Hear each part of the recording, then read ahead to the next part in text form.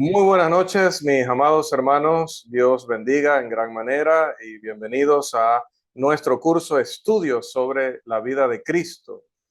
Estamos en estas lecciones, en esta nueva serie de estudios, hablando acerca de todo lo que nos introduce en el ministerio, enseñanza de Cristo, pero también su vida, su nacimiento, su crianza en Nazaret y todo aquello que veremos y que no me quiero hoy, no quiero dedicarme a detallarlo porque ya lo estaremos viendo en las subsiguientes lecciones, pero bienvenidos pues a este curso que hoy avanzamos un poco más entrando ya, voy a bajar aquí un poco, a lo que es la lección número 4. Hoy vamos a ver, Dios mediante, dos lecciones, lección número 4 y lección número 5. Empecemos con la 4 que lleva por título Las catacumbas. Y las catacumbas no son más que lo que están viendo ahora mismo allí en pantalla. Voy a ubicar acá, a ver,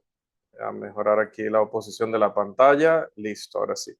La palabra catacumba proviene del griego kata, que es abajo en este contexto, y kimbe, que significa hueco. Así que una catacumba es un hueco que se hace bajo la tierra.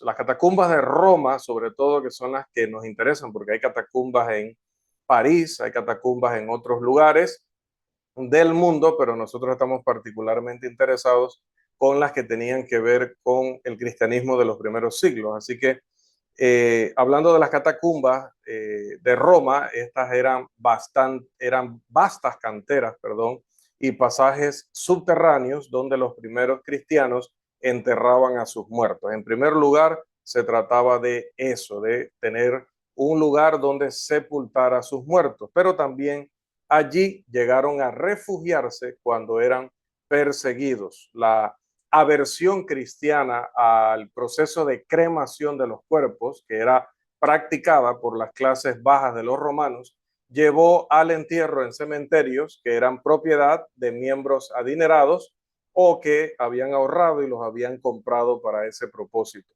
Donde la roca era fácil de trabajar, se desarrollaron canteras subterráneas con fines de sepultura. Se han descubierto catacumbas en Crimea, en Asia Menor, en Siria, en Egipto, en Cirenaica, en Malta, en Sicilia e Italia.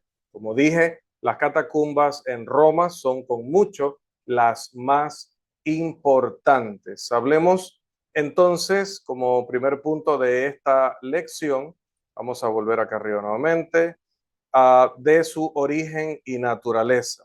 La antigua teoría sobre el origen de estas catacumbas fue que eran fosas de arena o excavaciones de roca hechas por los romanos que fueron luego apropiadas por los cristianos o que ellos se adueñaron de ellas para sepultura y refugio.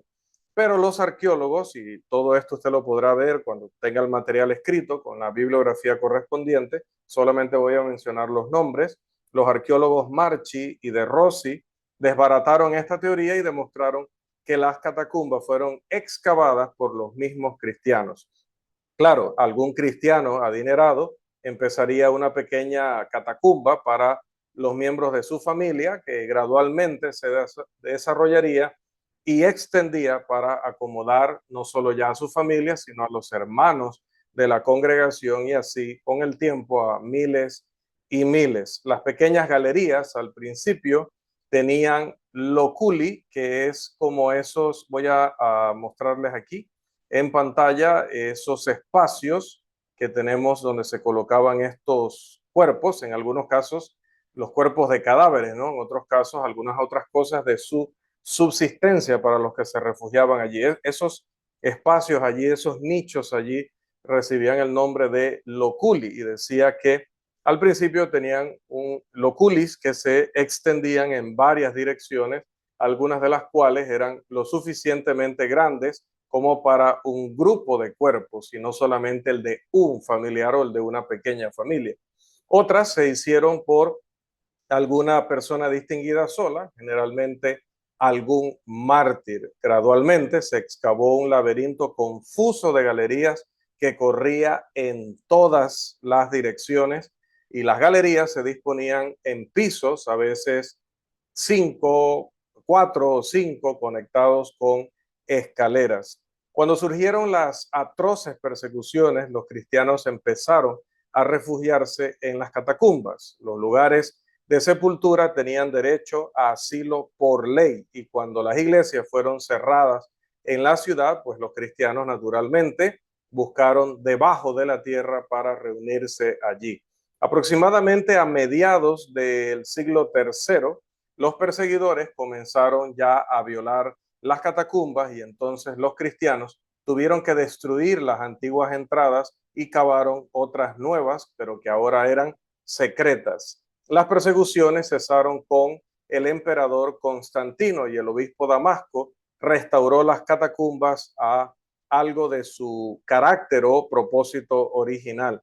A lo largo del siglo IV, los cristianos aún sepultaban a sus muertos allí por el deseo de descansar también ellos junto a aquellos que habían entregado sus vidas por la causa del evangelio. También hablemos acerca de las imágenes y de las inscripciones que los arqueólogos han encontrado en estos lugares. Hay alrededor de 70 o 60 de estas catacumbas, todas fuera de las murallas de la ciudad. Llegaron a estar conectadas e intercaladas con algún tipo de pasajes secretos. Se estima que más de 174,000 cristianos han sido o fueron sepultados allí. De Rossi estimó que originalmente había hasta 100,000 inscripciones que se hallaron en las paredes de estas catacumbas. Se han descubierto de esas unas 15,000. Wilper también ha descifrado de esas 15,000, 10,000 en cuanto a su significado. Las cámaras donde fueron sepultados las personas más distinguidas, más reconocidas en la comunidad, llevaban imágenes, inscripciones, obras decorativas de varios tipos. Y aquí obtenemos nuestra primera imagen de el arte cristiano de los primeros siglos. Las cámaras funerarias del pueblo común quedaban sin decorar y los sepulcros más antiguos llevaban las inscripciones más simples. Por ejemplo, solo el nombre o un epitafio simple como en Cristo.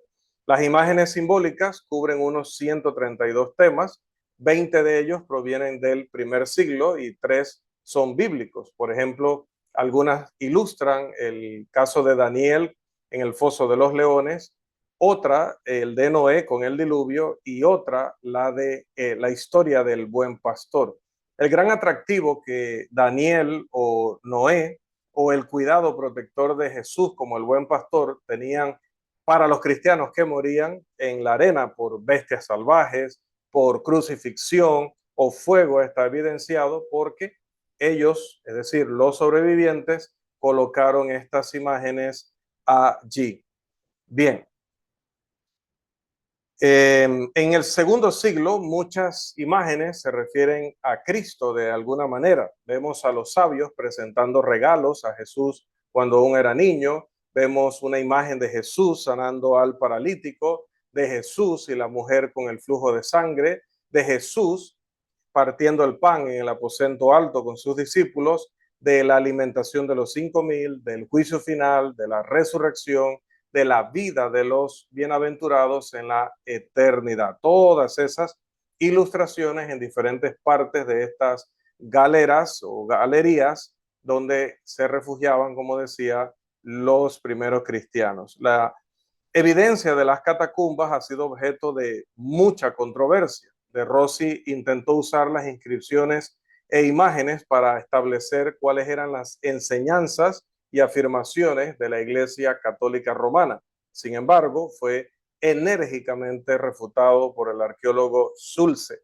Se han hecho varios intentos por parte también de los paidobautistas para usar las imágenes de las catacumbas como prueba de que la acción original para bautizar era rociar o verter agua sobre el candidato.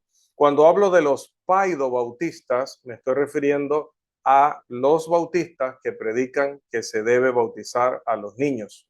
Entonces esos son conocidos como los paidobautistas. Están los anabaptistas, que ellos no consideran que los niños tienen que ser bautizados, sino hasta que alcanzan una edad de poder tomar una decisión. Entonces, los paidobautistas se han ido a ciertas zonas que la arqueología ha descubierto de las catacumbas, donde aparentemente se estaba bautizando a personas por rociamiento, por verter agua sobre ellos, y han dicho, mira, ese es el bautismo cristiano, cuando las catacumbas cubrieron tantos siglos que obviamente, como el apóstol Pablo lo anunció allá en Hechos capítulo 20, versículos 29 al 31, como lo anunció el mismo apóstol en segunda de Tesalonicenses 1, 7 al 9, o ese mismo apóstol en primera de Timoteo capítulo 4 y segunda de Timoteo capítulo 4, como lo anunció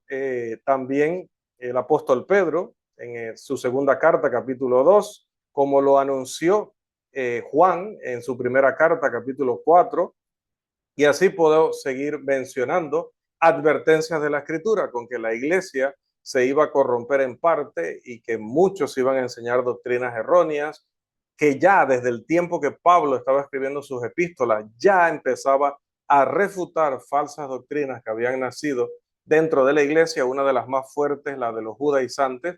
¿Cómo no vamos a encontrar en las catacumbas evidencias de que los cristianos ya 300 años después, 400 y 500 años después, estaban creyendo y practicando cosas que no eran bíblicas? Bien, ahora, el hecho mismo de que las catacumbas estuvieran llenas de figuras y de conceptos paganos entremezclados con los cristianos muestra que la fe simple pues se había corrompido, ya estaban apostatando, y que no se puede dar demasiado peso a imágenes que combinan, por un lado, al buen pastor, que sí es un concepto bíblico, con genios voladores, que sí, esa es una de las imágenes que también se encuentran, y los paidobautistas no dicen hay que creer en genios voladores. También hay dioses de las diferentes estaciones, palomas, pavos reales, jarrones, frutas y flores, y no por eso creo que ninguno de ellos defienda que estas cosas forman parte de la adoración cristiana o del servicio cristiano.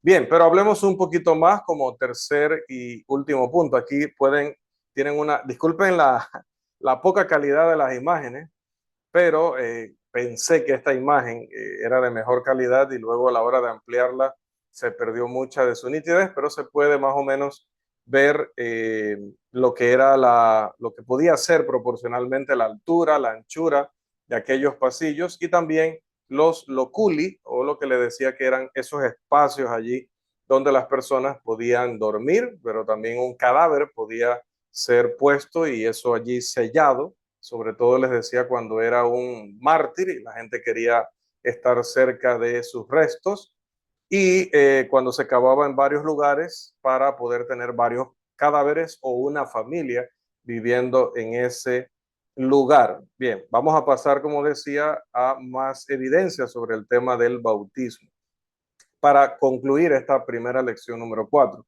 El doctor Bennett, un autor metodista, en su obra sobre arqueología, él muestra que un dios pagano está en la única imagen del arte cristiano donde se usa el agua vertida sobre el candidato para el bautismo. Esto no te lo dicen los paidobautistas, que en esa misma zona donde está la imagen vertiendo un cristiano agua sobre un candidato al bautismo, pues también hay la imagen de un dios pagano. ¿Por qué no adoran al dios pagano? Si el mismo que talló una imagen creía en la otra, pues aparentemente. Pero eso no te lo dicen. De hecho, Diane Stanley dice, es asombroso cuántas de estas decoraciones se toman de fuentes paganas y se copian de pinturas paganas. Ahí está Orfeo tocando su arpa a las bestias. Ahí está Baco como el dios de la vendimia. Está Psique, la mariposa del alma. Está el Jordán como el dios del río. Los elementos clásicos y cristianos, hebreos y helénicos, aún no se habían separado. La demarcación estricta que los libros del periodo implicarían entre la iglesia cristiana y el mundo pagano aún no se habían formado o se borraba constantemente. Las catacumbas tienen más afinidad con la capilla de Alejandro Severo, que contenía Orfeo junto a Abraham y Cristo, que con los escritos de Tertuliano, quien hablaba de los poetas paganos solo para regocijarse en sus futuros tormentos, o de Agustín, quien, no Agustín Blanford, Agustín, San Agustín le dicen en los círculos católicos, quien consideraba esta misma figura de Orfeo solo como un maestro pernicioso, dañino, perjudicial, que debía ser menospreciado, no como un tipo de las dos formas de civilización pagana y cristiana. Y de hecho Stanley concuerda con el hecho de que las inscripciones funerarias a menudo se dirigían a los dis manibus, como le llamaban los romanos, o al espíritu funerario. Esto lo dice el señor Stanley en su libro, en la página 146, Inmersión, o traduciendo su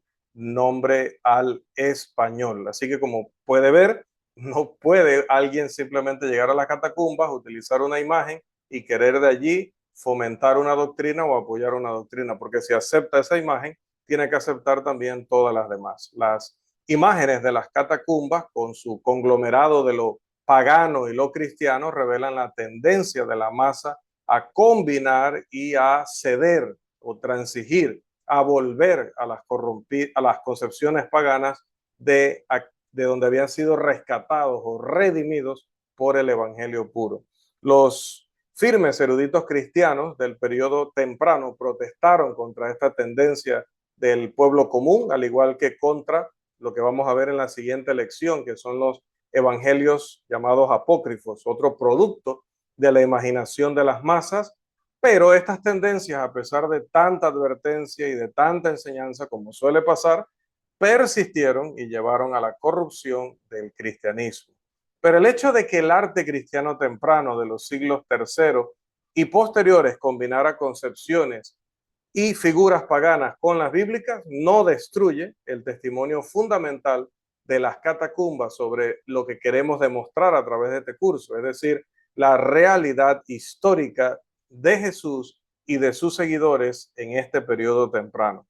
Es emocionante presenciar tallado aquí en la roca el testimonio de los primeros cristianos, algunos de los cuales en persona habían escuchado la predicación del apóstol Pablo en Roma, de su fe inquebrantable en Jesús como Señor y Salvador. ¿Quién puede leer las inscripciones del primer siglo cuando le colocaban a aquel hermano que había muerto en Cristo y no ser llevado de nuevo a los evangelios para percibir la poderosa personalidad que pudo conmover al mundo antiguo a través de las proclamaciones fervientes, valerosas de sus seguidores y reunir incluso allí en Roma esa gran cantidad de seguidores?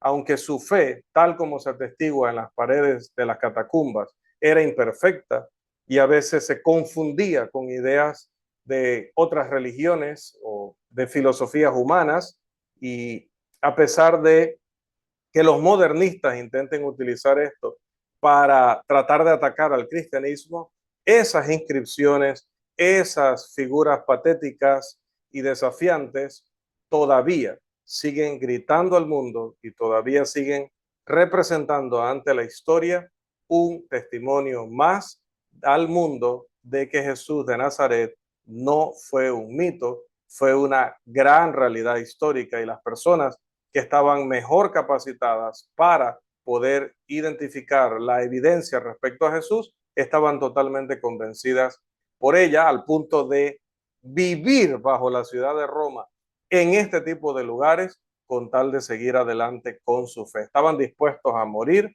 estaban dispuestos a quedar ciegos de estar tanto tiempo en lugares como estos, tener problemas respiratorios, todo lo que involucraría vivir bajo tierra en aquellos tiempos tan insalubres, que no había tecnología y un montón de comodidades, pero todo eso lo hicieron por Jesús de Nazaret, no por un mito, no por una leyenda, sino por el verdadero Señor. Ahora me permiten unos segundos para cargar nuestras diapositivas de la lección número 5, que lleva por título, como vamos a ver a continuación, los evangelios apócrifos. Una segunda fuente acerca de la vida de Cristo, la existencia de Jesús de Nazaret y extra bíblica son los evangelios conocidos como apócrifos o espurios.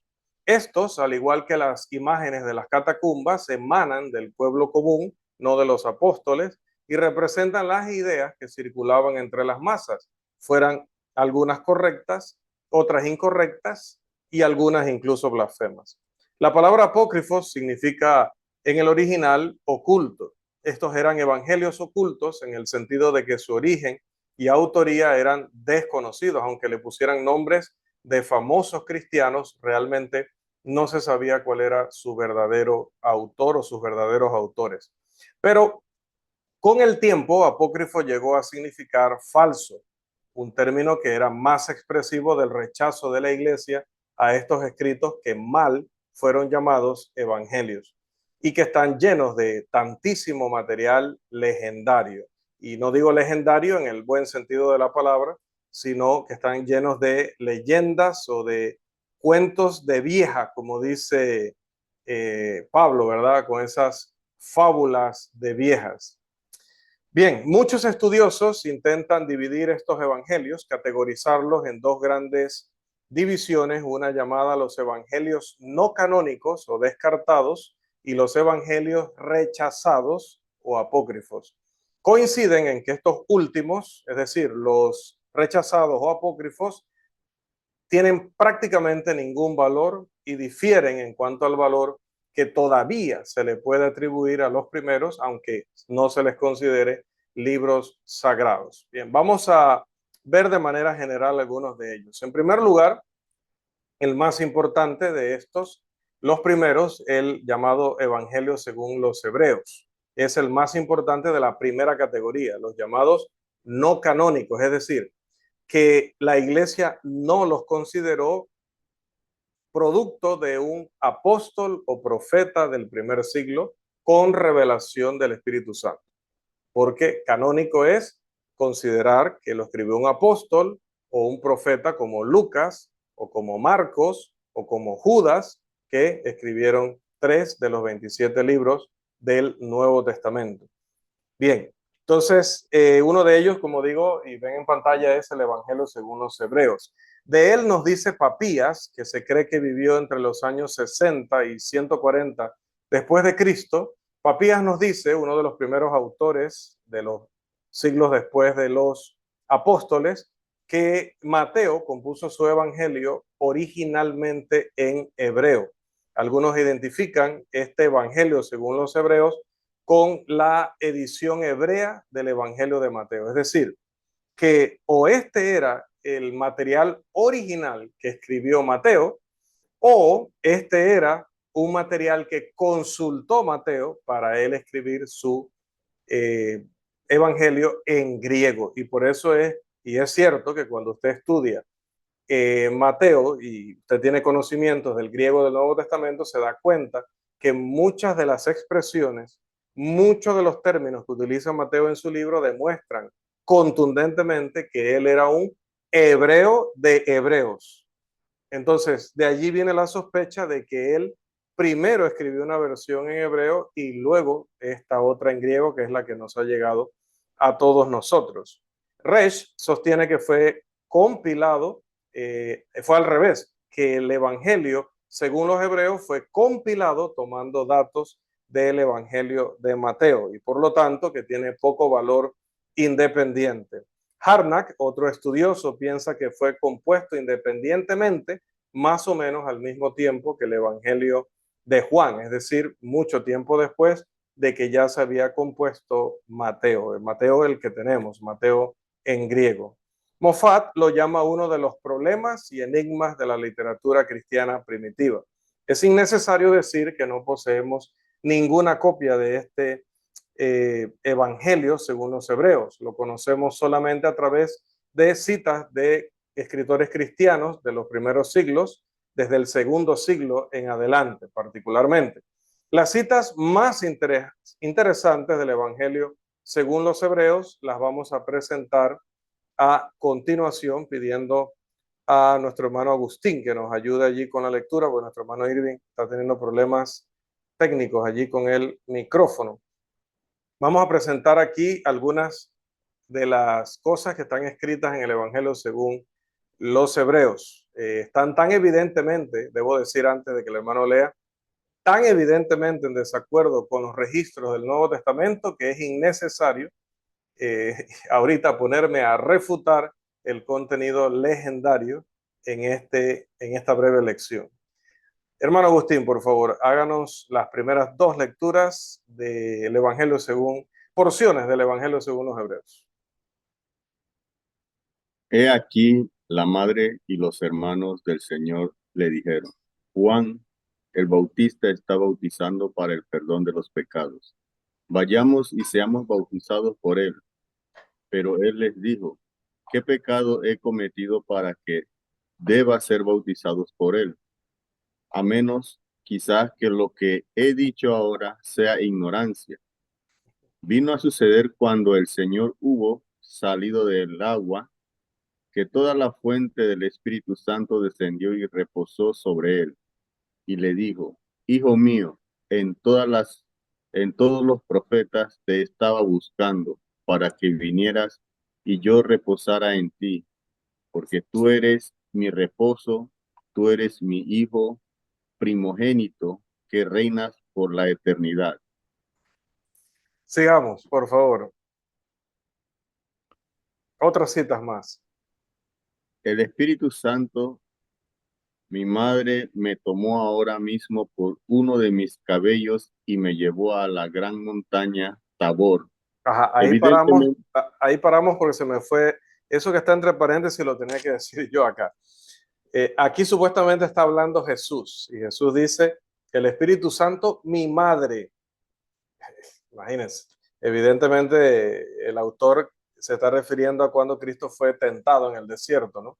Pero dice que el Espíritu Santo, su madre, que su madre es el Espíritu Santo y que fue quien lo llevó agarrado de los cabellos al desierto para que Satanás lo tentara allá. Ahora sí, hermano Agustín, la segunda cita, vamos a ver las palabras del hombre que Jesús sanó en Marcos 3, o sea, las supuestas palabras del hombre a quien Jesús sanó de la mano seca en Marcos 3, 1 al 6. Pero en el Evangelio según los hebreos, ¿cómo nos cuentan esa historia? Leamos desde las comillas, por favor. Yo,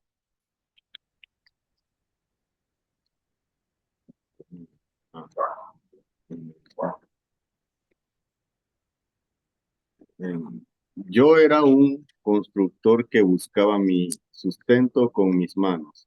Te ruego, Jesús, que me restablezca la salud para que no mendigue mi pan vergonzosamente. increíble, digo, de verdad que no voy a tomar tiempo refutando estas cosas. La siguiente descripción se da de la aparición del Cristo resucitado a Jacobo. Vamos a ver qué le dijo el Cristo resucitado a Jacobo. Hermano Agustín, por favor, última cita allí. El El Señor, Señor, el Señor después de entregar el lienzo al sirviente del sumo sacerdote, fue a Jacobo y se le apareció, porque Jacobo había jurado que no comería pan desde la hora en que el Señor había bebido el cáliz, hasta que lo viera resucitar de entre los que duermen. Trae, dice el Señor, una mesa y pan.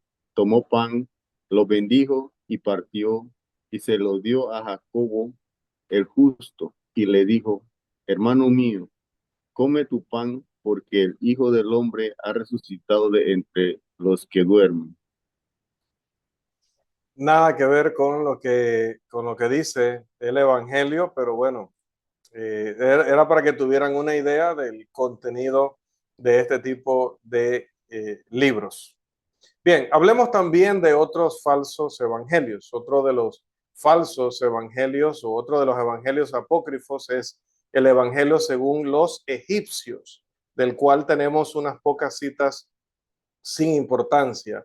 Es citado por 3 escritores y la sospecha es que es producto de una secta que se desarrolló en los primeros años, más bien en los últimos años de la vida de Pablo y de la vida del apóstol Juan, que es la secta de los gnósticos, y que ellos fueron quienes escribieron y utilizaron este evangelio como si fuera parte de la palabra de Dios. Probablemente fue escrito por alguno de ellos o adoptado y coloreado por sus puntos de vista heréticos. Recientemente, en la tumba de un monje en el Alto Egipcio, se descubrió un fragmento del conocido o citado también Evangelio de Pedro, que es otro de los libros apócrifos. El fragmento comienza con el juicio de Jesús, donde Pilato se lava las manos, y termina con la escena en Galilea, donde Pedro decide irse a pescar. También tiene un matiz herético y fue escrito a partir de los 4 evangelios, es decir, copiando cosas de Mateo, de Marcos, de Lucas, de Juan y combinándolas, y se cree que más o menos se haya escrito a partir del siglo segundo. Los escritores cristianos tempranos, recuerda cuando decimos temprano nos referimos a de los primeros siglos, también hacen referencia a otros evangelios apócrifos, como el Evangelio de los 12, el Evangelio de Bartolomé, el Evangelio de Andrés, el Evangelio de Bernabé y otros de los cuales sabemos realmente poco. ¿Qué podemos decir acerca de todo esto? Bueno, que sus invenciones son simple y llanamente insensatas. Además de los anteriores, hay un grupo de evangelios apócrifos fantasiosos y completamente indignos de confianza que intentan llenar algunos de los espacios en la vida de Cristo que no están registrados en Mateo, Marcos, Lucas y Juan, como por ejemplo el periodo de su juventud en la ciudad de Nazaret. Estos se pueden leer, estos comentarios o estas citas se pueden leer en los padres anteriores al concilio de Nicea. En cualquier biblioteca pública de primer nivel va a encontrar estos libros o vamos a tener acceso a ellos a través del internet. Como ejemplos, se pueden citar el protoevangelio de Mateo, de Santiago, una historia de María desde su huida desde su nacimiento, perdón, hasta la huida a Egipto. Otro que se llama La transición de María, que es una historia de su muerte y supuesta ascensión al cielo. También tenemos el Evangelio de Nicodemo, un relato también en 2 partes que se llama Los Hechos de Pilato, que es una elaboración acerca del juicio de Jesús, y la segunda parte que se llama El descenso a los infiernos, que supuestamente relata el supuesto encuentro de Jesús con los espíritus encarcelados allá en el Hades.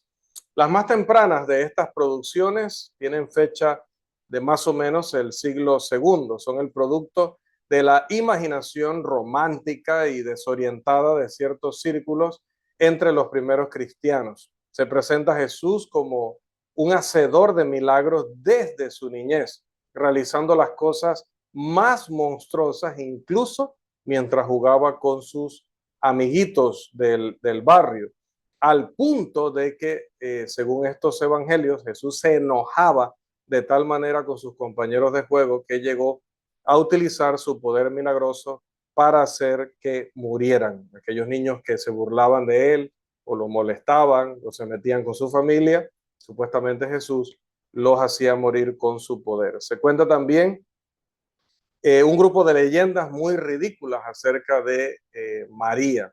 Hill dice en su introducción a la vida de Cristo lo siguiente: cuando se dice que lo que el Nuevo Testamento nos cuenta sobre Jesús es mayormente una invención de días posteriores, solo tenemos que volvernos a estos evangelios rechazados si queremos saber qué produciría la invención de días posteriores. Si esas cosas son lo que los cristianos del siglo segundo inventarían cuando probaban su imaginación sobre la vida de Cristo, podemos estar seguros de que la historia contada en los 4 evangelios no es de su invención. En otras palabras, lo que dice Hill es: la gente que piensa que lo que habla Mateo, Marcos, Lucas y Juan son cosas inventadas por los cristianos y no cosas que realmente sucedieron, solamente tiene que leer los evangelios apócrifos para que vea a los cristianos escribiendo cosas de su invención sin la guía del Espíritu Santo. ¿Qué diferencia abismal hay entre esos escritos que sí son inventos y los escritos que están confirmados con el poder de Dios?